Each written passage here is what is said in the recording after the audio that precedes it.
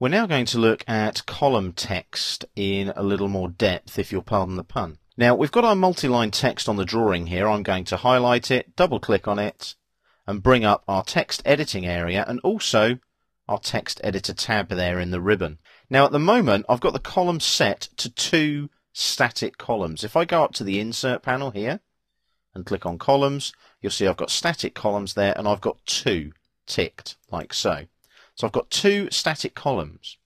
What that means is if I change the height of the column here, like we did in the previous exercise, you'll see the column height change. But look, as soon as the columns get smaller, any text that is outside of those 2 columns gets stuck here at the bottom of the right-hand column. Wouldn't it be nice if AutoCAD updated and perhaps added a new 3rd column to the right and tidied things up? Well, we can do that. Let's just change here so that this goes back to where it was before, like so. And what I'm going to do now, I'm going to go to the columns here and click on the down arrow. And I'm going to go for dynamic columns here. And I want to use auto height. So what I'll do, I'll click on auto height there. It doesn't actually look any different, but watch. If I now drag upwards, as I go up, a 3rd column appears. And as you can see, if I keep going, there's my 2. I drag it up again, and there's my 3. The smaller the columns, height-wise, they pan across, as you can see. Now you'll notice there, look, I've only gone up to 5. If I zoom out slightly, I've even got a 5th column.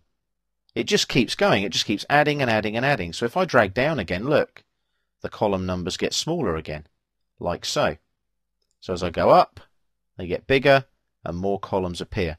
That's what dynamic columns do. They're extremely useful if you've got a lot of notes text to add to your drawing. Now let's have a quick look now at column settings while we're here.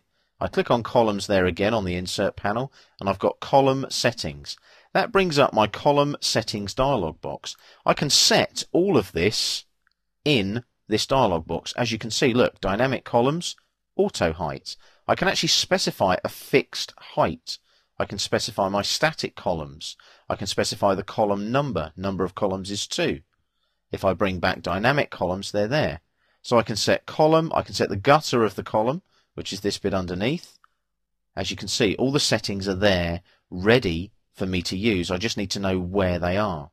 So as you can see, columns, extremely useful in multi-line text, especially when you set the dynamic setting like so.